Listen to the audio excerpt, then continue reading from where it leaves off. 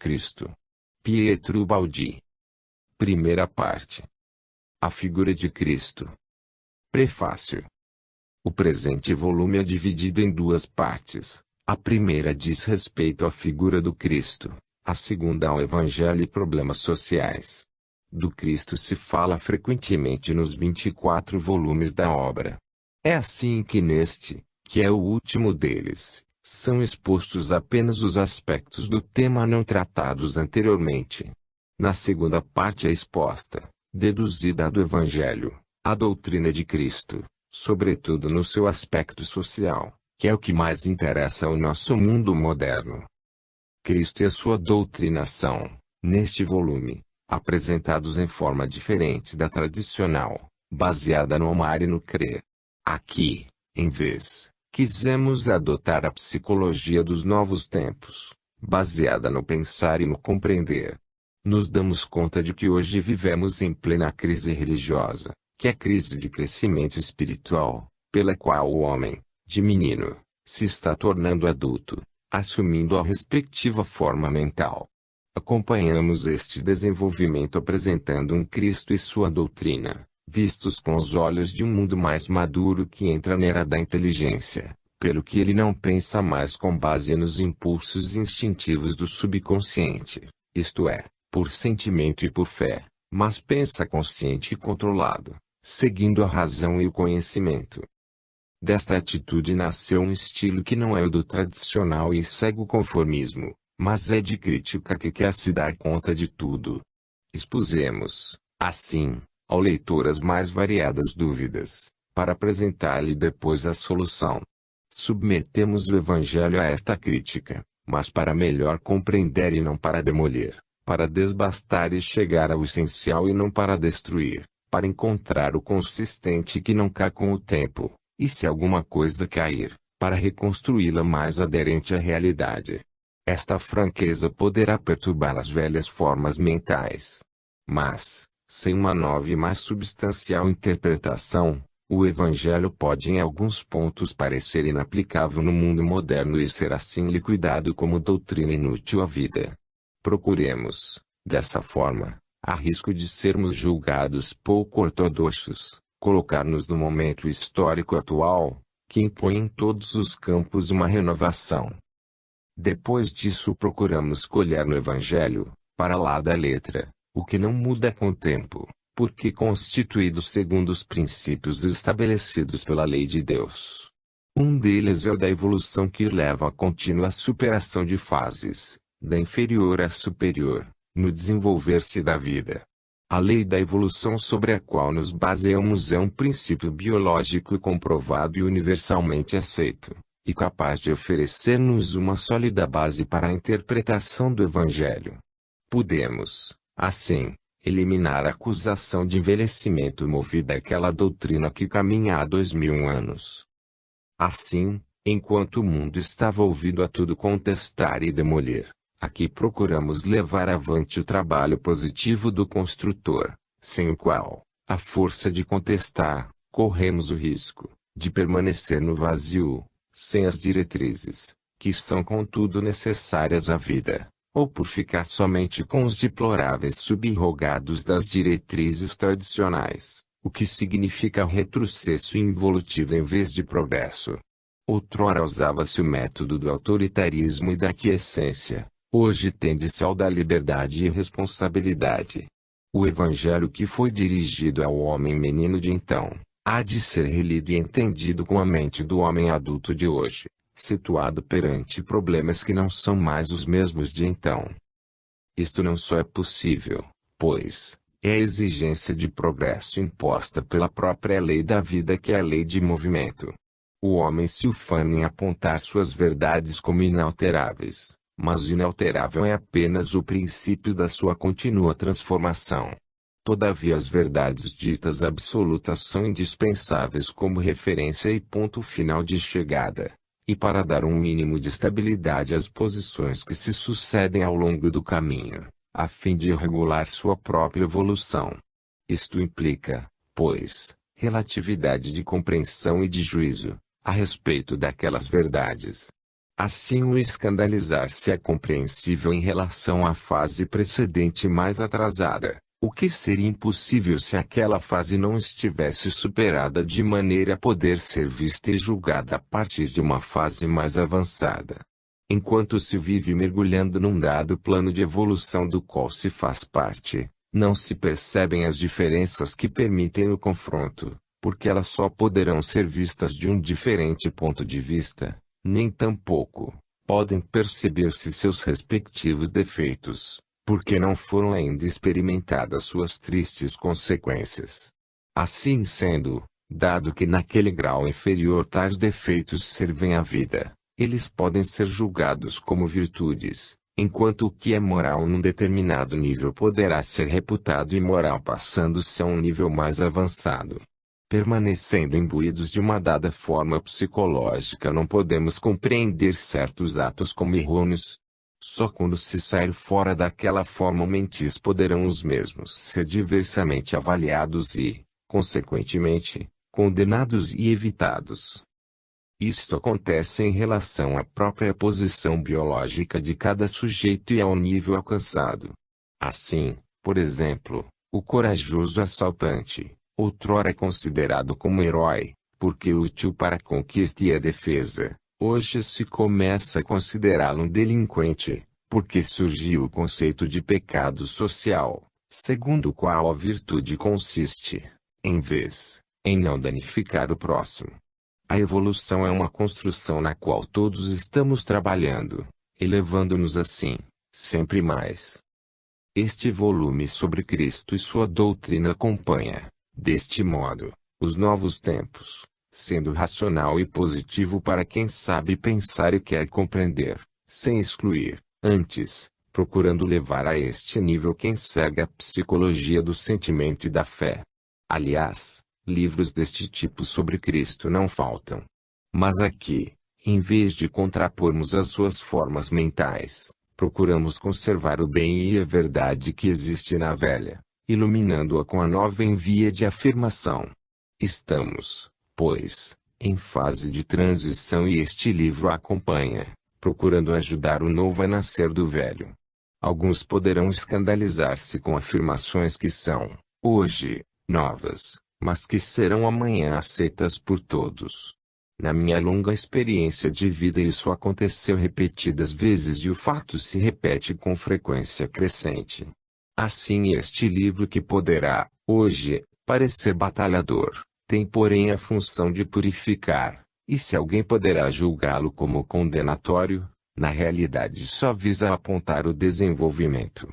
Todavia ele não é um livro de contemplação mas de luta, voltado, porém a um fim feliz, porque o trabalho de demolição, se tal possa parecer, finaliza-se com a reconstrução. O mesmo não se dirige a nenhum determinado grupo humano, e sim, a lei, isto é, não visa a divisão, mas a unificação, por isso não tende ao separatismo, pois volve-se em direção ao sistema.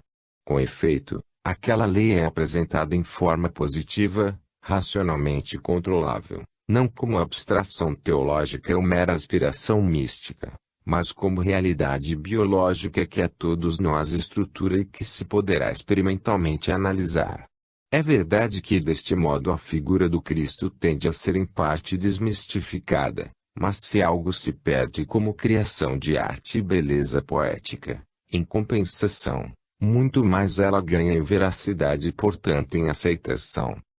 Atinge-se assim uma interpretação do Cristo não só reservada a quem crê mas também a quem pensa, um Cristo para adultos visto não só pela fé mas também com a lógica e a razão, bem mais convincentes porque mais adequadas à mentalidade positiva do homem moderno, um Cristo que também o ateu pode levar em consideração, porque ele é proposto sem esquecer os termos da sua forma mental. Tal universalidade de resultados conduz à unificação, o que é um progresso. Assim este livro é uma tentativa para canalizar a revolução interior que hoje está em atos secundando-a, mas em forma de continuação do passado, de sua complementação e enriquecimento, no caminho da evolução. Apresentamos assim um Cristo logicamente implantado na estrutura físico-espiritual de nosso universo, de maneira que o homem novo possa continuar a utilizar, de forma mais adequada aos novos tempos, a ideia salvadora por ele oferecida. É assim que deixamos de lado o aspecto humano do Cristo, para vê-lo sobretudo em seu aspecto cósmico e divino, como representante do Pai, vindo para fazer-nos conhecer a sua lei, para ensinar-nos e ajudar-nos a subir a Deus, levando-nos consigo do antissistema ao sistema.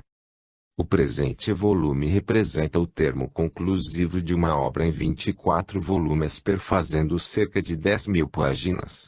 Trata-se de um longo caminho, do qual este escrito constitui-se na fase de maturação hoje alcançada, à guisa de coroamento, através de todo aquele percurso. É o resultado de 40 anos de trabalho, que vão de 1931 a 1971.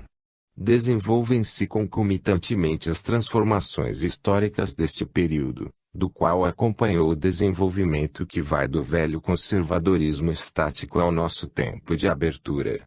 A obra, antes que este chegasse, foi desde o seu início inspirada no espírito de renovação, hoje atual, sendo até, no começo condenada por erros que não são mais, hoje, considerados como tais, e foi profética, a despeito de sua condenação, porque hoje se revela bem mais realizada de quanto não tivesse previsto. Podemos portanto acreditar que, resultando deste modo inserida no momento histórico atual, esta obra tenha nascido em função do mesmo. Podemos dizer, agora, que esta obra está cumprida, bastando, para deduzi-lo, observar o ritmo musical segundo o qual ela se desenvolveu e agora se conclui. Ela nasceu no Natal de 1931 e terminou neste Natal de 1971.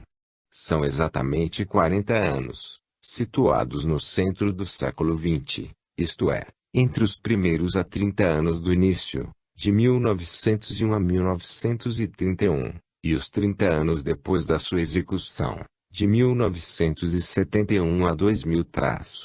Estes 40 anos podem dividir-se em dois períodos de 20 anos cada. No primeiro deles foi escrita a primeira obra, na Itália, até 1951, época da mudança de seu autor para o Brasil.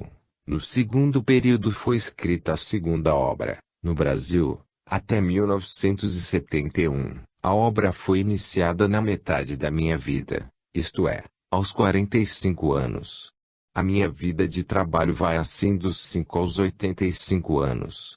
Na primeira metade, isto é, dos 5 aos 45, vão 40 anos de preparação através de várias vicissitudes. A segunda metade vai dos 45 aos 85 anos e compreende 40 anos de compilação da obra. Assim ela foi iniciada após um período de preparação igual ao de execução e precisamente na metade da minha vida, ou seja, aos 45 anos. Na introdução ao volume Profecias, terminado no Natal de 1955, apontei o ritmo dos 4 períodos de 20 anos que constituíam a minha vida. Observei então que o primeiro vai dos 5 aos 25 anos, 1891 a 1911, o segundo dos 25 aos 45, 1911 a 1931, o terceiro dos 45 aos 65, 1931 a 1951. Concluí assim que o último período da minha vida deveria ser dos 65 anos aos 85 anos, 1951 a 1971. O controle da última parte desta contagem se podia fazer somente hoje. Pois bem, ela sucedeu como fora previsto em 1955. Naquele ano escrevia no referido volume Profecias, Gênese da 2 obra. O atual quarto e último período da minha vida deveria durar até completar os meus 85 anos. O meu trabalho deveria durar, aqui no Brasil, até o ano de 1971. Uma outra coincidência, A obra se iniciou com mensagens espirituais que vão de 1931, Natal, a 1933, Páscoa. Tais mensagens param nesse ano em que decorre o 19º centenário da morte de Cristo, para continuarem depois, à guisa de um ritmo decenal, com uma mensagem em 1943 e outra em 1953. Esta apareceu apenas na edição mais recente das grandes mensagens. Uma tal harmonia não previsível e só percebida agora que ela aparece visível depois de terminado o trabalho, isto é, independente do meu conhecimento e vontade enquanto escrevia a obra, faz pensar na presença de uma mente oculta, organizadora e diretora, e na harmonia que caracteriza a positividade da lei nas suas obras de tipo benéfico. Esta ideia me conforta. As teorias desenvolvidas na obra as apliquei e vivi. E dado que as experimentei, sinto com justa razão que elas são verdadeiras. Dá-se, além disso, o fato de que, durante 40 anos, e num mundo revolto pelas guerras, a obra continuou a desenvolver-se, eu diria com exatidão cronométrica, vencendo mil obstáculos, enquanto desmoronavam nações e desapareciam personagens que com esta mesma obra tiveram relacionamento, e eu me transferia para o oposto hemisfério. Este fato revela que a obra é sustentada por uma força interior e dirigida por um princípio ordenador que é típico da lei e que com o acaso não se coaduna, pois este é desordem, incapaz, portanto, de manter uma tal ordem durante tão longo período. Ora, onde existe ordem deve existir uma lei, se como neste caso se verifica que ela não depende de nossa vontade, nem de cálculos e previsões, então não se pode deixar de pensar que esta mesma ordem provenha de uma outra fonte. Quem compreendeu a obra bem sabe onde se encontra a ordem e de onde provém. Naturalmente poderá parecer ousado afirmá-lo. Com efeito, nos encontramos, aqui, perante um fato e é, pois, lícito e natural, se procurar uma explicação que satisfaça a razão e o sadio desejo de compreender. Natal de 1971. 1. Tudo uno Deus. Os novos conceitos. Deus uno e trino. Os três momentos da Trindade. A criação do sistema. O Filho, terceira pessoa da Trindade. O nosso universo. A queda e o antissistema. O ciclo involutivo e evolutivo. O dualismo. Sistema e antissistema. A imanência de Deus. A lei. Nós propomos em primeiro lugar a compreender o significado do fenômeno da presença de Cristo na Terra. Façamos isto do mesmo modo pelo qual colocamos o problema. No prefácio, isto é, em termos de lógica e com métodos de indagação racional, em substituição do mistério e da fé, tradicionalmente adotados, mas sempre que possível acompanhando-os lado a lado, e complementando-os. Não usamos estes últimos porque não são mais adaptados à forma mental moderna que, para aceitar uma verdade, exige, antes de tudo, compreender, enquanto no passado bastava crer somente. Desse modo, aplicamos essa nova linguagem não ortodoxa porque nos dirigimos sobretudo aos ateus, às mentes positivas, habituadas a controlar a aceitabilidade de cada afirmação. Nos dirigimos aos que não acreditam, pois nos parecem que mais necessitam de ser convencidos. Mas para chegar a tanto, é necessário usar sua própria linguagem e saber compreender as justas exigências de sua forma mental. Saímos da vida tradicional também porque os novos tempos são diferentes e um novo modo de pensar se está generalizando. Não vivemos mais na época em que uma coisa era verdadeira porque assim tinha falado quem possuía autoridade. Usar tais métodos hoje, para quem deseja ser ouvido, é contraproducente. Falar claro, com sinceridade e convicção, é a melhor maneira para convencer. Por isso tivemos de apresentar a figura do Cristo vista sobre outros aspectos que lhe dizem respeito, não tradicionais, porém mais racionais, em relação à evolução da vida, de modo que aquela figura possa sobreviver e cumprir a sua função em nosso novo mundo, tão diverso do passado. Por isso levamos em conta até as objeções dos descrentes materialistas, desde que razoáveis e sinceras. Veremos, portanto, como esse modo de pensar aflora em vários pontos deste volume. E permitimos sua livre entrada a fim de que o leitor pudesse, imparcialmente, encarar todos os aspectos da questão, inclusive os que foram tradicionalmente silenciados. Nascerão assim dúvidas e contrastes, porque esta exposição não segue apenas um único ponto de vista, não colimando para uma só conclusão preconcebida. Poderá assim verificar-se um choque entre diferentes modos de ver. Com efeito, é este um livro de batalha, nascido numa época de lutas, feito para não descansar, mas para pensar. E assim que o esforço da resposta aos quesitos para a solução dos problemas é muitas vezes deixado ao leitor, para que a verdade alcançada seja o efeito de uma sua laboriosa com merecida conquista e não apenas uma dádiva gratuita. Num clima de revolução como o atual, que invade todos os campos, o conformismo resolve-se em contestação e o não conformismo na disciplina e na obediência.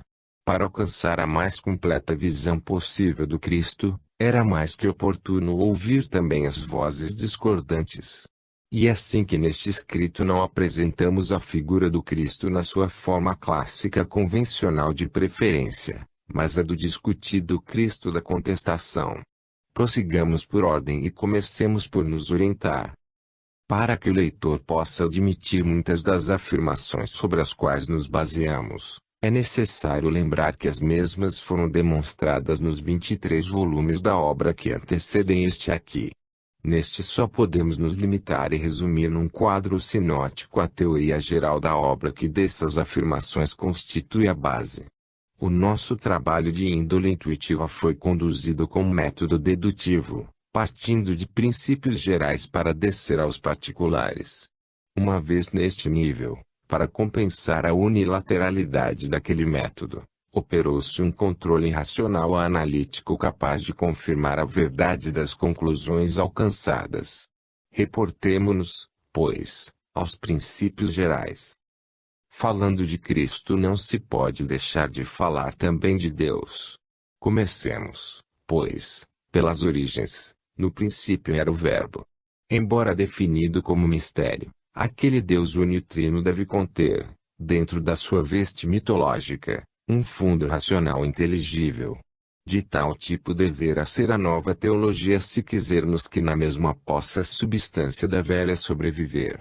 Não negamos, portanto, a Trindade, mas procuramos explicá-la. Não sei se o mistério é obrigatório e se o querer compreendê-lo seja heresia. Mas é certo que Deus não pode desejar a ignorância de suas criaturas e culpá-las por terem procurado a luz. O não compreender pode ter sido virtude do passado, mas não mais de hoje. A divindade se distingue em 3 momentos que constituem a sua trindade. No primeiro momento, Deus é uma inteligência que pensa numa ideação abstrata, isto é, efetua a concepção da lei ou formulação do plano e princípios que regularão o funcionamento do existir do todo. Neste momento estamos ainda na fase de concepção mental. No segundo momento, Deus é uma vontade realizadora daquela ideação abstrata. Passa-se, assim, da concepção da lei ao seu funcionamento, e da formulação do plano à sua atuação. Este momento representa a fase da ação. No terceiro momento, Deus é a sua obra realizada, no qual a ideação abstrata, atuada por uma vontade realizadora, alcançou sua expressão final e definitiva em um organismo funcionante segundo a ordem pensada e desejada pelo próprio Criador. Assim, nos 3 momentos, da ideia, por meio da ação, se atinge a sua realização. Eis então que na Trindade do Tudo Uno Deus temos 3 momentos, e o pensamento 2, a ação 3, a realização correspondentes a 3 aspectos deste todo. 1. Inteligência que concebe. 2. Vontade que executa. 3. Obra realizada pelo que temos 3 modos de existir do mesmo Tudo Uno Deus, isto é, como, e Espírito, concepção.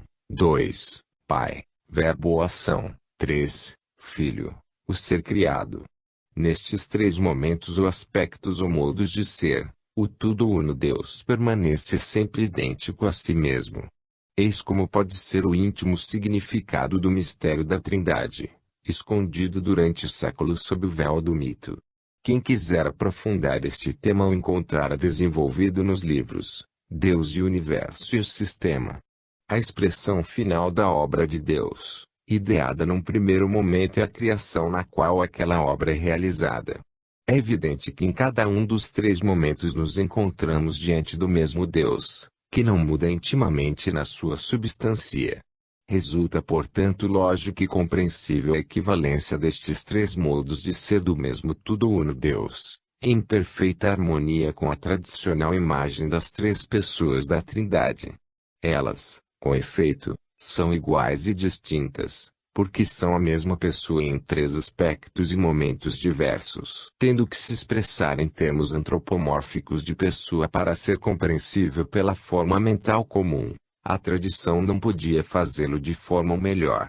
É deste processo que nasceu a criação, que foi chamado Filho, gerado pelo Pai e permanecendo sempre idêntico a Deus. Nem podia ser de outra forma, porque Deus é necessariamente tudo. Se ele não fosse tal, se algo pudesse existir fora e além dele, Deus não seria mais Deus.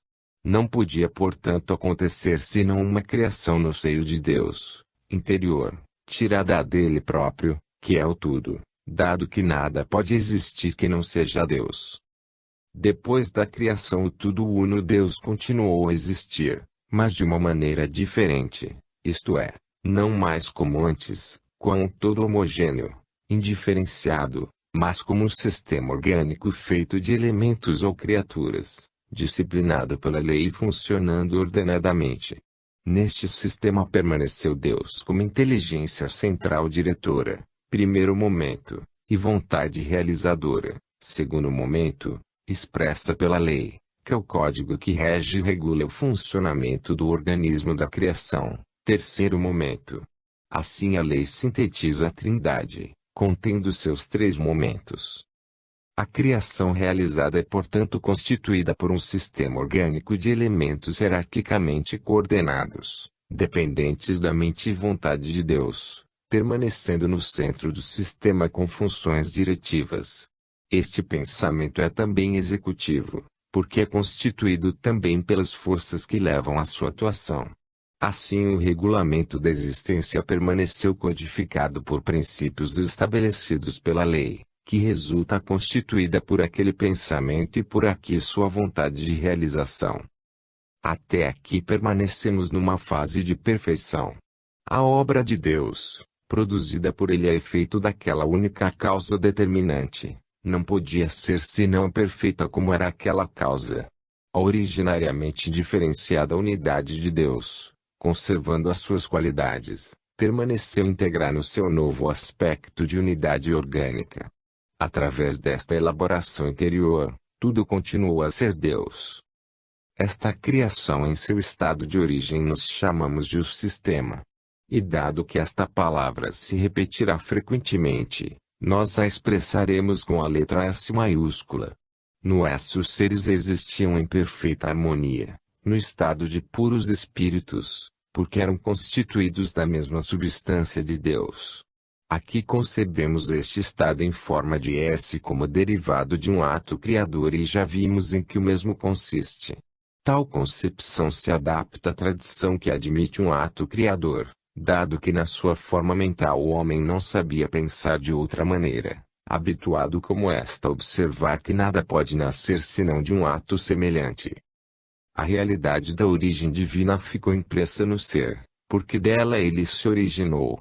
Assim todos são filhos do Pai, e constituem o terceiro modo de existir do tudo uno Deus, isto é, o Filho.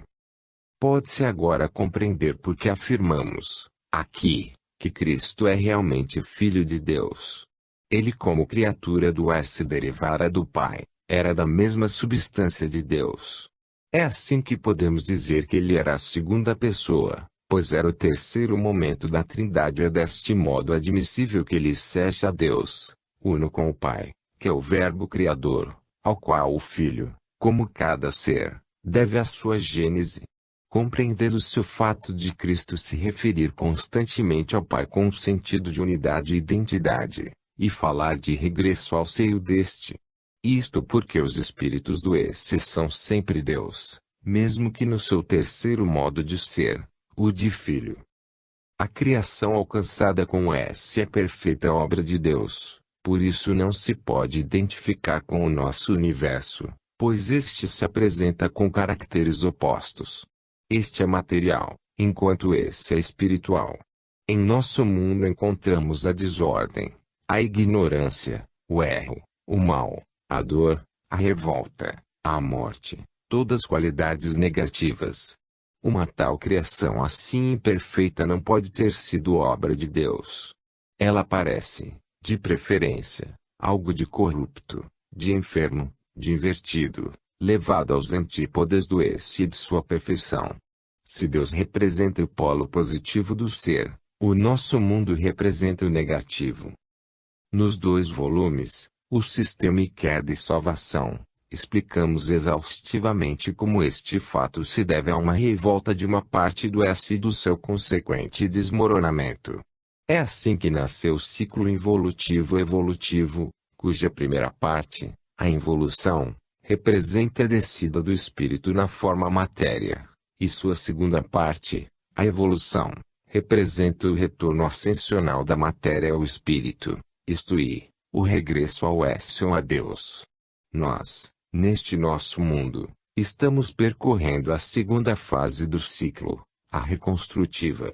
Assim nasceu o relativo e o seu transformismo. Assim a unidade de origem subdividiu-se no dualismo no qual estamos imersos. Mas aquela unidade será reconstituída pela evolução que leva de volta tudo ao esse. Desse modo, o ser, em nosso universo, existe para redimir-se da queda, para resgatar-se do erro cometido perante a lei, reintegrando-se na sua perfeição perdida. Assim o mal será sanado e o Deus sistema permanecerá imutável na sua perfeição, acima do parênteses da queda salvação. A que o homem chamou de criação diz respeito à da forma matéria, que é para ela a própria realidade.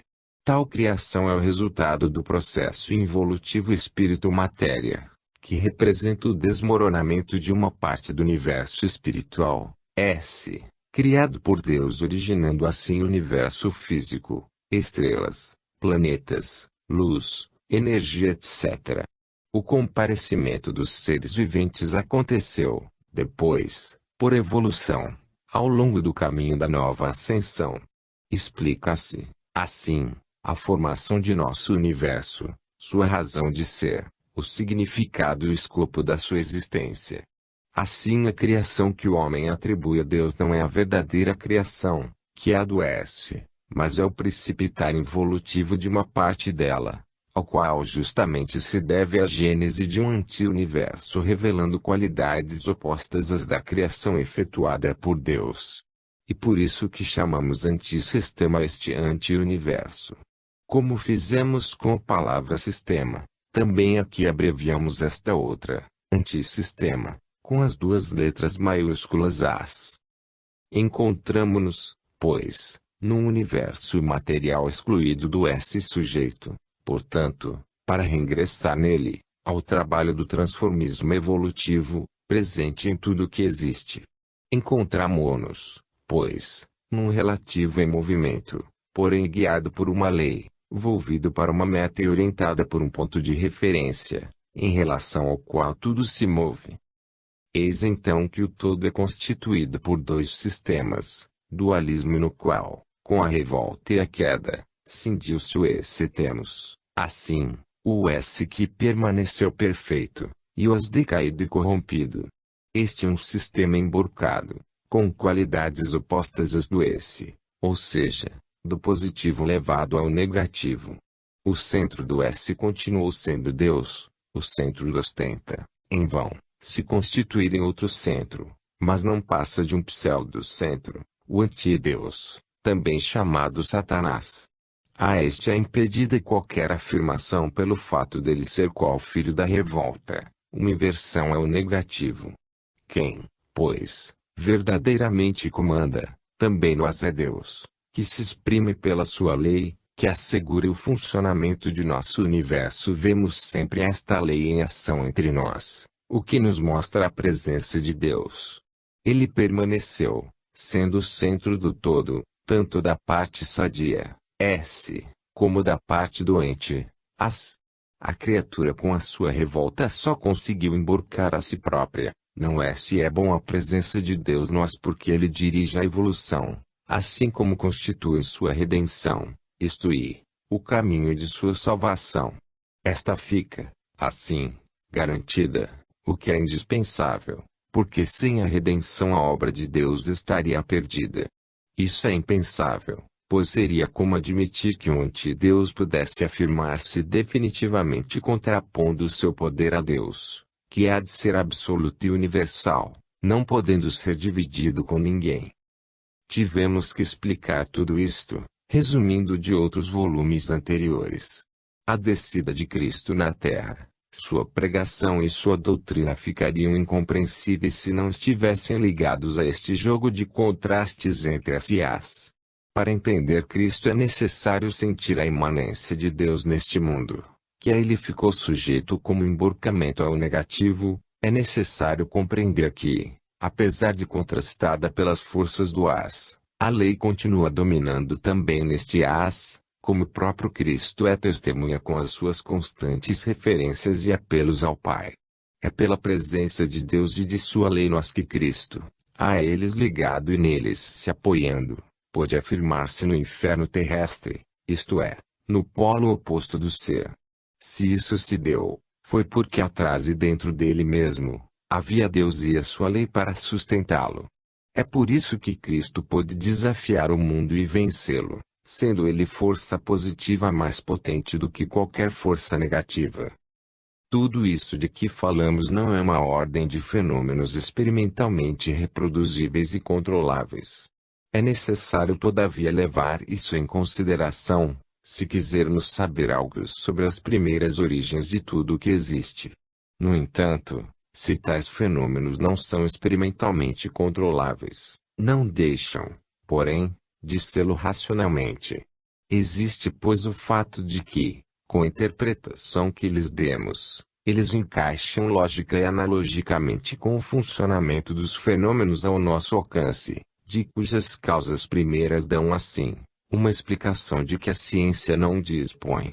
Com estes problemas permanecem, mesmo se não são resolvidos. Eles não se resolveriam nunca se não existisse como problemas. Este seu concomitante entrosar-se na fenomenologia conhecida, completando-se na parte ainda ignorada, é uma prova de veracidade que poderá ser assumida pelo menos como hipótese de trabalho, como diretriz na busca de uma explicação dos fenômenos, mais completa e profunda do que aquela alcançável hoje em dia. 2. O fenômeno da queda. Uma mais exata aproximação que melhor explica as origens do fenômeno da queda. O problema da perfeição, liberdade, conhecimento da criatura no sistema. A encarnação e paixão de Cristo não se podem explicar senão em função do dualismo positivo e negativo, S e as, involução e evolução, fenômenos que se constatam e se demonstram. Explicamos acima que o que se costuma chamar de criação, não é a formação do S, mas a do nosso universo físico, e a queda do espírito na matéria, isto é, do S. No as, Cristo se inseriu plenamente neste fenômeno, no sentido que se propôs a corrigi-lo impulsionando, com a redenção, o homem para o S. A obra de Cristo consiste em reerguê-lo para o alto, eliminando esta queda, endireitando o que for emborcado. A redenção e esta obra de salvamento. Nos volumes antecedentes, para não nos arredar de nossa habitual positividade, apresentamos sob forma de hipótese nossa interpretação das origens da queda, isto é, da revolta. Com efeito, essa revolta não é suscetível de provas, podendo apenas deduzi-la das suas consequências, o único fato por nós experimentável. Contudo, e esta é a única hipótese logicamente satisfatória capaz de explicar o porquê daquelas consequências. Ela explica muitos fatos com que nos deparamos e se apresenta com o mais alto grau de veridicidade, e tal que se não quisermos aceitá-la, seremos forçados a continuar mergulhados nas trevas do mistério. Nestas explicações temos de considerar que, para nós seres humanos, é difícil imaginar o comportamento de seres que se constituem apenas de pensamento abstrato, vivendo em outras dimensões, sem matéria e sem os respectivos meios sensórios. Trata-se de um plano de existência, extremamente afastado do nosso, no espaço e no tempo, e, por isso, fora do alcance de nossas normais capacidades de controle. E nem mesmo as nossas capacidades mentais nos permitem atingir o fundo do fenômeno. Reconhecemos assim que a nossa compreensão do mesmo fenômeno só pode ser aproximativa. Devemos contudo admitir que ela é também progressiva, em relação ao nosso grau de evolução. É, pois, razoável admitir que ela se desenvolva com o tempo e prepare para o amanhã uma interpretação mais avançada e perfeita. Eis que, também na sua relatividade, cada interpretação é útil. É assim que, atraídos agora pelo aprofundamento da missão do Cristo, voltamos com mais maturidade ao assunto da queda, já tratado no volume, o sistema, para tentarmos dela uma mais exata aproximação. Reportemo-nos, pois, às primeiras origens da criação às quais tudo, inclusive o fenômeno do Cristo, está ligado. Deus é tudo. Nada pode existir além de Deus. Para criar, Deus não podia deixar de recorrer à substância de que ele era feito. Com esta substância Deus criou as criaturas, e assim nasceu as inquirimos, alhures, acerca da admissão ou não de uma primeira criação e da possibilidade de ter Deus constituído, desde a eternidade, o organismo do S, mas que tenha havido ou não tal criação. O S constitui-se no fato incontestável perante o qual nos encontramos, qualquer que tenha sido sua origem. Deus é livre. Sendo então, da mesma substância, também a criatura deve ser livre. Deus é perfeito. Sendo a criatura da mesma substância também há de ser perfeita. O S é um organismo constituído de elementos hierarquicamente ordenados. Cada ser é perfeito dentro dos limites da individualidade que o constitui e define. O princípio de Deus é afirmativo: eu sou os seres, enquanto elementos do seu organismo, também podiam afirmar: eu sou, dentro porém dos limites da sua individualidade. Mas os seres que se rebelaram à ordem da lei, transpuseram tais limites e assim, de elementos do esse mais, inverteram-se, tornando-se elementos do as-traço. Isto foi possível porque o ser era livre e jamais poderá perder esta qualidade quem é feito da substância de Deus. Com S, Deus não tinha criado uma máquina automática com funcionamento determinístico, mas um organismo de seres livres como ele. Não se podendo suprimir a liberdade, não se elimina a possibilidade do erro. O S não era feito de autômatos, mas de seres livres. Objeta-se, mas Deus é perfeito, portanto não podia criar senão elementos perfeitos impossibilitados de errar.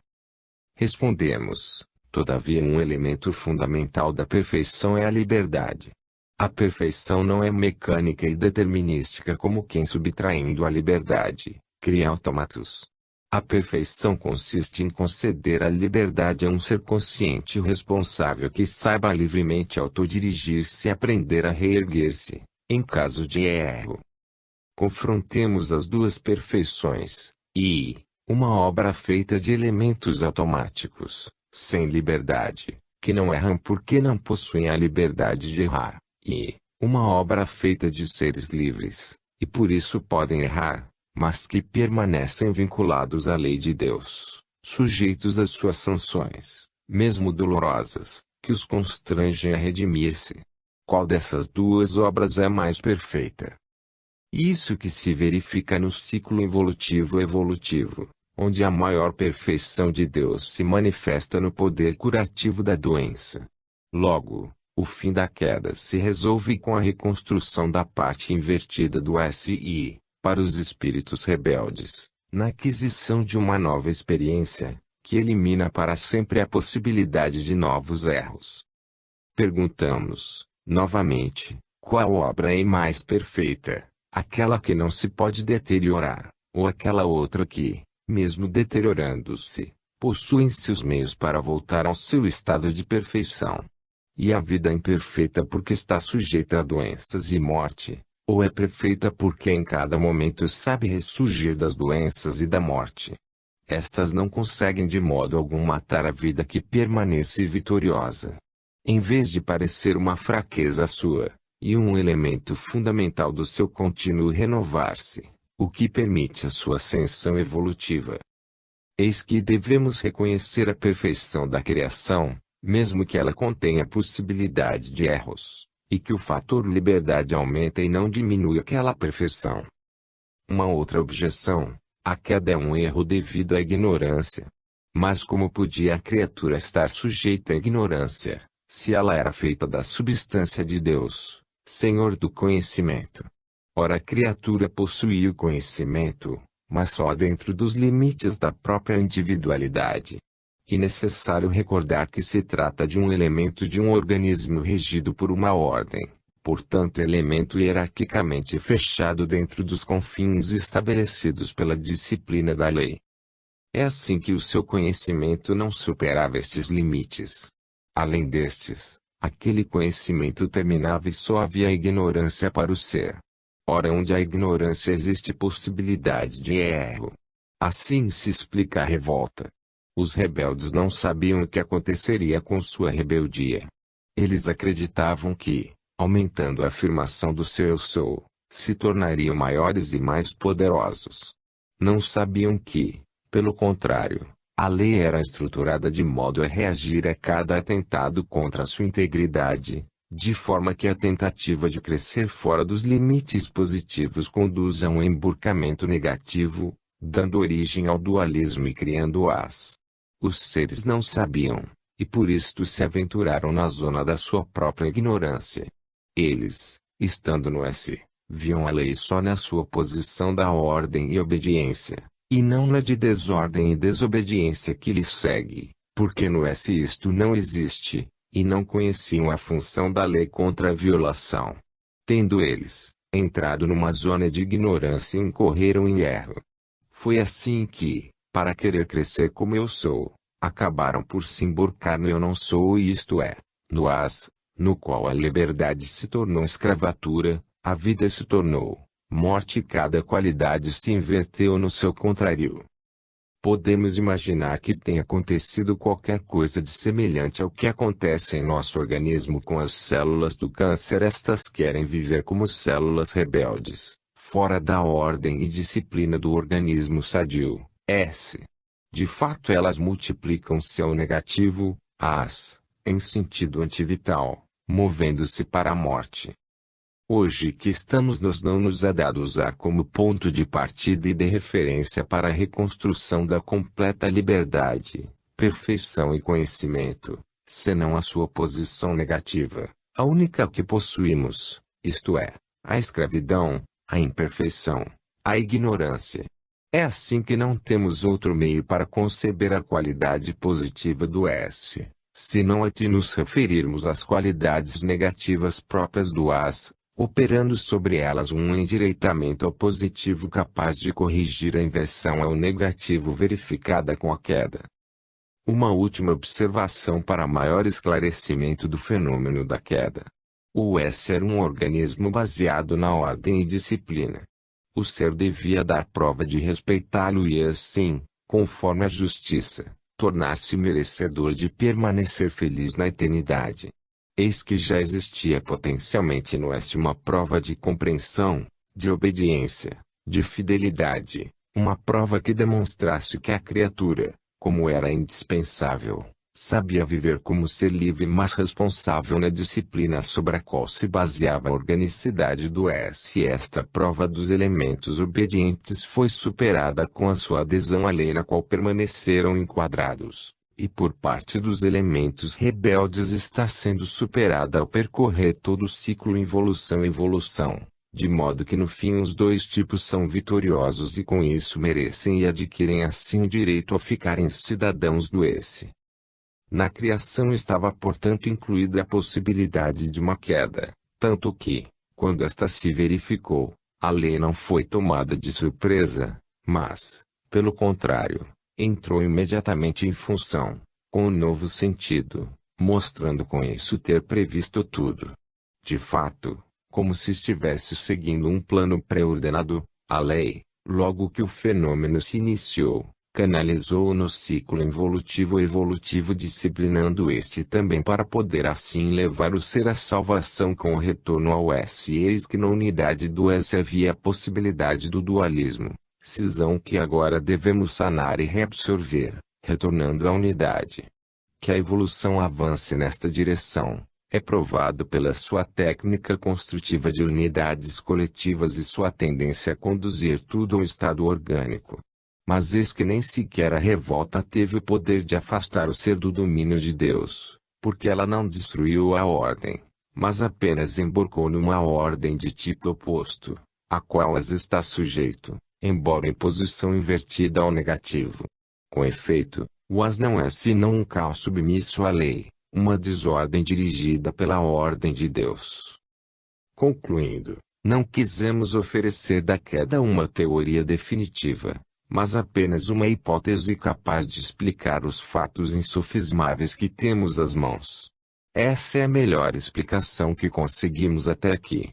Ela não cria e não destrói nada, nada subtraindo ou acrescentando aos fatos. Se não quisermos aceitá-la, aqueles fatos permanecem, porém sem explicação. Em outras palavras, não pretendemos esgotar o assunto, mas apenas esclarecer com mais exatidão o fenômeno da queda, procurando tornar mais satisfatória a nossa compreensão das suas origens. Nos esforçamos por dar-lhe, na forma mental do homem de hoje, acreditamos, a representação mais provável e aceitável, sem pretendermos que ela seja a definitiva, porém conscientes de haver superado as velhas representações mitológicas, hoje inaceitáveis, e dado mais um passo na aproximação da verdade. Ora, o mundo caminha e amanhã saberá mais, sempre mais. Contudo, se bem que mais embaixo os predecessores explanam um caminho útil, preparando com ele este progresso, aqui, de outra maneira, faltaria o indispensável ponto de apoio para o novo salto. 3. A via crucis de Cristo. A lei é ordem e justiça. A redenção gratuita. O sacrifício de um inocente que paga as culpas dos outros. Via de regra, os livros sobre Cristo tratam dos acontecimentos de sua vida terrena, segundo a narração dos evangelhos. A nós, pelo contrário, interessa conhecer o Cristo na sua essência, compreender o significado da sua descida sobre a terra e a sua paixão, as suas relações com a lei e com o plano divino da redenção. Formulamos, pois, as seguintes perguntas: quem era o Cristo e o que ele quis fazer? Quais eram os fins que se propunha alcançar? Foi para melhor responder a estas perguntas, enfrentando a fundo o problema que quisemos tratar em primeiro lugar dos fenômenos fundamentais do ser, isto é, a primeira criação e a queda, para poder depois nelas enquadrar a figura e a obra de Cristo. No capítulo 14, A Essência do Cristo, do volume Deus e Universo, escrevi na Itália em 1942 e publiquei no Brasil em 1954, estas palavras. Sinto que nestas páginas se aproxima a visão do conceito da essência do Cristo numa primeira aproximação, prelúdio de uma compreensão mais profunda que alcançará seu ápice no último volume, coroamento de toda a obra. Ao concluir o referido capítulo eu confirmava, encerro esta visão sobre a essência do Cristo, primeiro esboço de visões maiores. Tinha consciência assim, Desde aquela época, que minha compreensão do assunto constituía-se num fenômeno em evolução. Chegamos hoje, em 1970, aquele último volume e com ele aquela pré-anunciada mais profunda compreensão.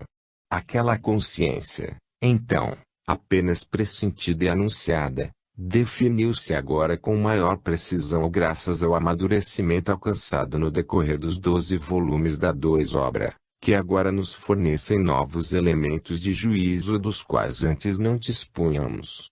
Com efeito, a nossa interpretação do Cristo não tinha ainda superado a interpretação religiosa tradicional da qual era um derivado. Naquela fase de desenvolvimento do pensamento da obra não era ainda possível um mais exato enfoque da questão. O leitor poderá, percorrendo o caminho que eu segui, realizar também para si próprio o mesmo processo de maturação que me levou até aqui. Na Dois Obra ele encontrará um conjunto de escritos que redundam numa escalada de argumentos convergentes para estas últimas conclusões, de modo especial no que concerne a relação do SIAS, a lei e a sua técnica funcional. Estes novos conceitos oferecem-nos outros pontos de referência anteriormente ignotos, o que nos permite vislumbrar mais vastos horizontes e assim levar em conta, na argumentação, também as objeções positivas dos críticos descrentes. No estado atual de nossas investigações e demonstrações podemos afirmar a presença de uma lei que dirige o funcionamento de tudo quanto existe. A existência objetiva de tal lei não é questão filosófica ou ato de fé, não é afirmação arbitrária e gratuita, ou construção mítica, não é mistério aceito por tradição, ou verdade imposta por autoridade, mas uma realidade efetiva, racionalmente provada e experimentalmente controlada, porque podemos verificar que tal lei está presente e vigora em todo tempo e lugar.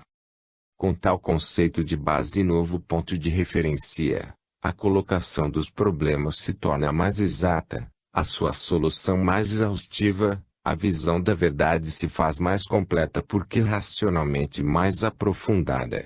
Aparecem então elementos de juízo diversos, antes ignorados. Podem-se assim explicar, sem as negar, algumas afirmações teológicas que de outro modo permanecem misteriosas. E é pelo fato de serem impostas como mistério que por muitos elas são repelidas como inaceitáveis. Ao passo que assim muitas verdades religiosas adquirem consistência e com isso durabilidade, porque elas resultam expressas como verdades racionais e positivas e não apenas construções míticas, como tais acabam, mais cedo ou mais tarde, por ser superadas por construções mais avançadas. Esta lei fixou as normas e constitui o impulso motor do funcionamento de nosso universo, o as dominado pelo S cujo centro é Deus. É assim que na realidade fenomênica, em todas as suas dimensões e níveis evolutivos, desde o mais baixo, a matéria, até o mais alto, o espírito, constatamos que tudo é regulado por leis invioláveis, sem arbítrios e exceções, pelas quais tudo é previsível e calculável. Uma vez compreendida a lei de um fenômeno, podemos estar seguros que ele continuará a verificar-se na forma por ela estabelecida. Imaginemos o que aconteceria ao nosso universo se os fenômenos não obedecessem a uma disciplina. Seguindo o seu curso como foi pré-estabelecido, tudo desmoronaria no caos, por um desencadeamento de conflitos entre movimentos desordenados. Os fatos que conhecemos nos dizem, pelo contrário, que isso não acontece. E não há razão para admitir que os fenômenos morais e espirituais devam estar isentos daquela regulamentação universal e submetidos a um regime de tipo diverso. Para poder reger tudo com uma tal ordem, a lei deve ser matematicamente justa. Isto não impede que exista também o amor, mas este já não pode violar a ordem e emborcar a justiça, porque isso geraria o caos e a injustiça. O que é anti-lei, o amor não pode existir senão enquadrado no seu setor em posição subordinada aos equilíbrios fixados pela lei.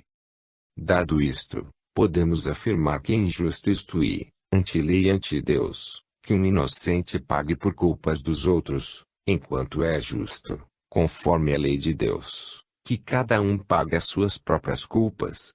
E é ainda mais injusto que tais culpados aproveitem da bondade daquele inocente para fazer dele, perante a divina justiça, um bode expiatório, eximindo-se assim do pagamento que os espera. Esta não poderia ser senão uma moral invertida, produto do adjetivo anti-Deus. Ela perante a moral do S, isto é, perante Deus, é um emborcamento e uma culpa. Disto se segue que não é lícito para um homem, porque é injusto e imoral, pretender fazer